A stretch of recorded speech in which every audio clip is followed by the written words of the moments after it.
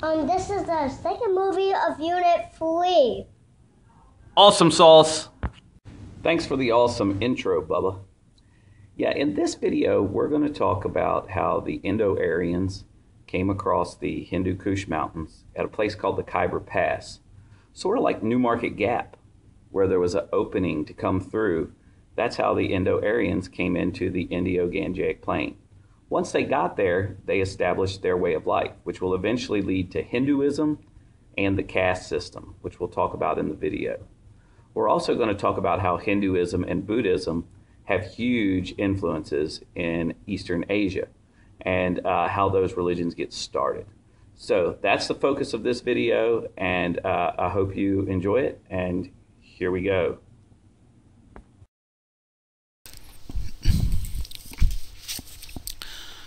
Alright, as I said, this video is on ancient India and the Indo-Aryans and how they came to settle the Indo-Gangetic Plain.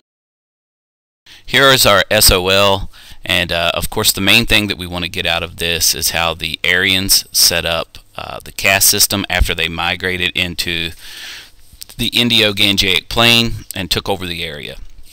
Also, the origins of Hinduism and how that spread, what their traditions were, their holy books, those type of things, and also for Buddhism. So those are the two major religions that develop in ancient India. Alright, so let's talk about the Indo-Aryans.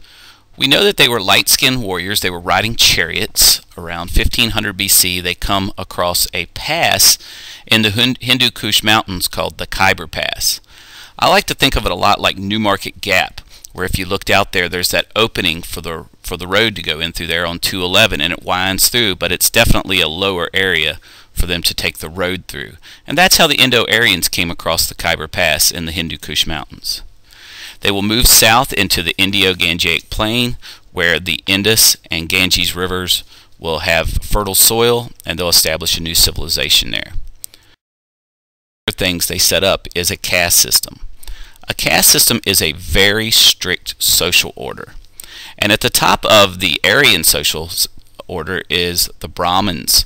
They were the priests. Next you had the Kshatriya, which were the warriors and leaders, and then the Vaisyas. And all of those groups were thought to have been born at least twice. The Sudras, which were the unskilled laborers, were below them. And then even outside of the caste system, you had a group known as the pariah, or untouchables. They had only been born once because, of course, as we're going to talk about, the Aryans and even Hindus believe in reincarnation. Alright, so here's the deal about the caste system. You were not allowed to move from one caste to another. You couldn't live with anyone from another caste.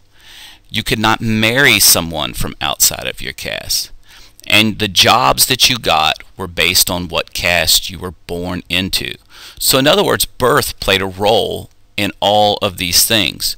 It didn't matter how smart you were or how creative you were. You pretty much were stuck in an occupation and a marriage and living arrangements based on what caste you were born into. Your only way out was to die and be reborn. And there are many things that affected what you might become in your next life. Okay, is pause the video, and in the box on your notes that's labeled right here, I would like for you to describe what you think is unfair about the caste system and what you would do to change it. Okay, so talk that over, think it over in your notes, write it out. Okay, so the next thing that we're going to talk about is Hinduism. Hinduism sort of evolves out of the Aryan religion, which was polytheistic. Now, the difference about Hinduism is it may not have a direct source, because there are many roots and sources that lead to it. But eventually they believe in something called monism. Monism is the belief that there is one God, but he takes many forms. And he is a universal spirit, and all living things have souls that are connected to this spirit. Now, the holy book of Hindus are the Vedas and the Upanishads. They also acted sort of as history books because the Vedas were the only source of history for that region for the longest time. And so the Vedas and the Upanishads are the holy books of Hinduism. Okay, so like I said, Hindus believe that there is an eternal spirit, and we're part of that, Brahman Nirguna. And the way to connect to that spirit is through fasting and yoga. Not to be confused with Yoda, who's there. Yeah. Yoga is a combination of physical and mental exercises that you use to achieve tranquility. Now, Hinduism is based in the idea of reincarnation, that the soul will be born over and over into many different lifetimes. What you become in your next lifetime is determined by your karma. So in other words, what you do in this life will have consequences in the future. They like to think of it as, say, a pond, and you throw a pebble in. There are ripples that flow out.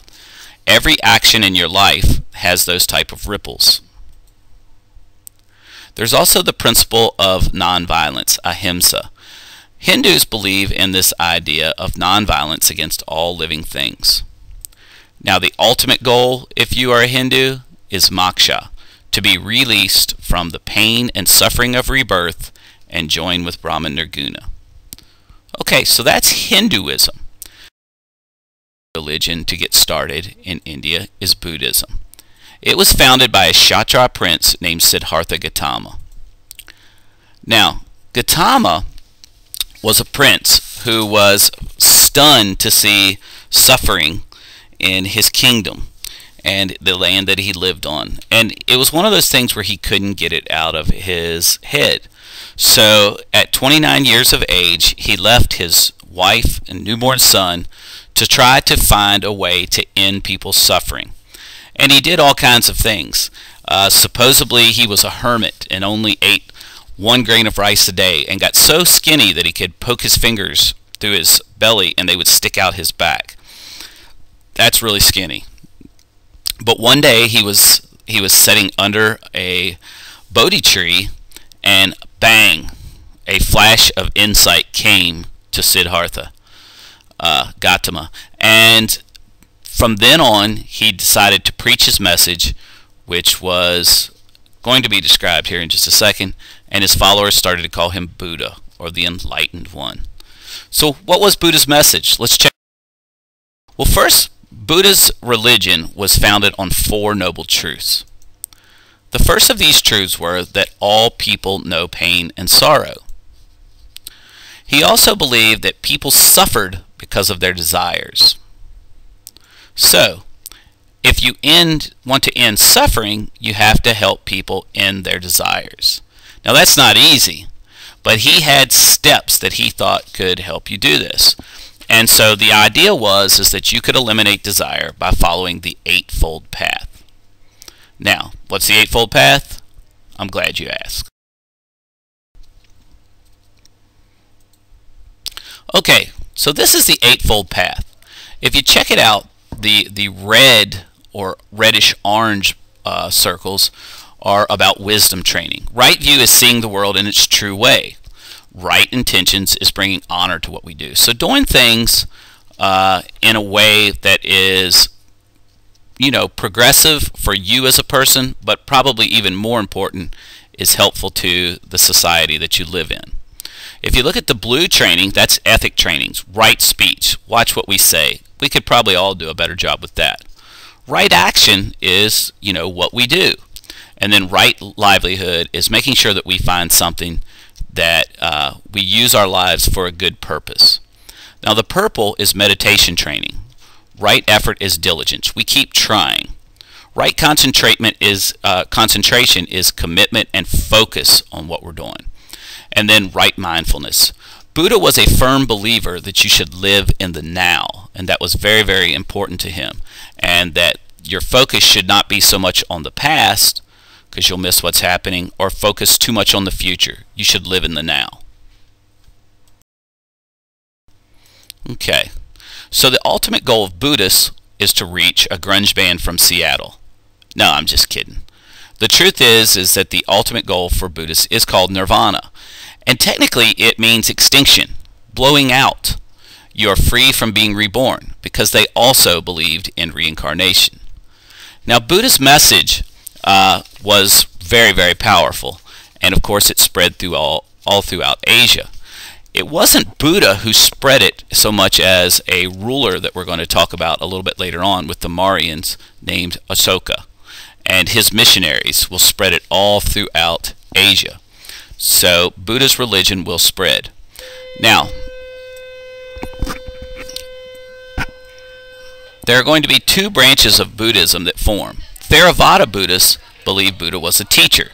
So again, a T for teacher. T for teacher. Mahayana Buddhists believe that Buddha was a god. So the way I remember that is Ma, God. So again, T for teacher. Those are Theravada Buddhists who believe Buddha was a teacher, and Mahayana Buddhists believe that Buddha was a god. And that's what's going to become the dominant type of Buddhism in China. Now, if you would, take a few minutes in your notes to explain why Buddhism would appeal to people who lived under the caste system. Keep in mind that Buddha rejected the caste system.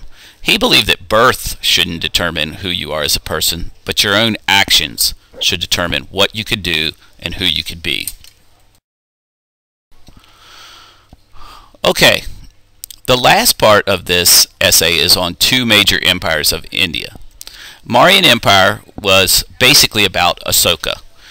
He politically unified most of India and denounced war. And then he converted to Buddhism, and he helped spread Buddhism all throughout Asia. There's a good way to remember this. I like to remember him as a super Ashoka, spreading Buddhism all over Asia. Buddha also wrote his laws and put them in local languages and posted them. They were called the Rock Edicts. He set up free hospitals, veterinary clinics, and improved roads all throughout India. The next time you have to take a potty break, thank Ashoka, because he set up the first rest areas along roads. Now, he did allow the caste system to continue. I guess we can't all be perfect. The Mauryan Empire collapsed shortly after his death. The last empire that you need to know about is the Gupta. The Guptas ruled over India for its golden age. They had several contributions and accomplishments.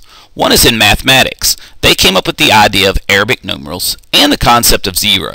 They had several medical advances, including setting bones, knowing that the earth was round, developing new textiles, and they created several pieces of important literature.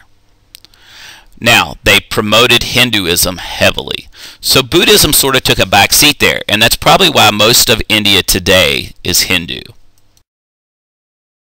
Okay, so on your notes, what I want you to do is compare the empires of ancient India and create a theory about which had the most impact on India and Asia. Okay, so what are the big ideas of this video? Number one, the Indo-Aryans established a civilization and the caste system. The second big idea of this unit is that Hinduism becomes the dominant religion of ancient India. And the third big idea is that Buddhism is founded by Siddhartha Gautama and is spread all over Asia by Ashoka's missionaries. Hope you enjoyed the video. Keep studying, keep up with your notes.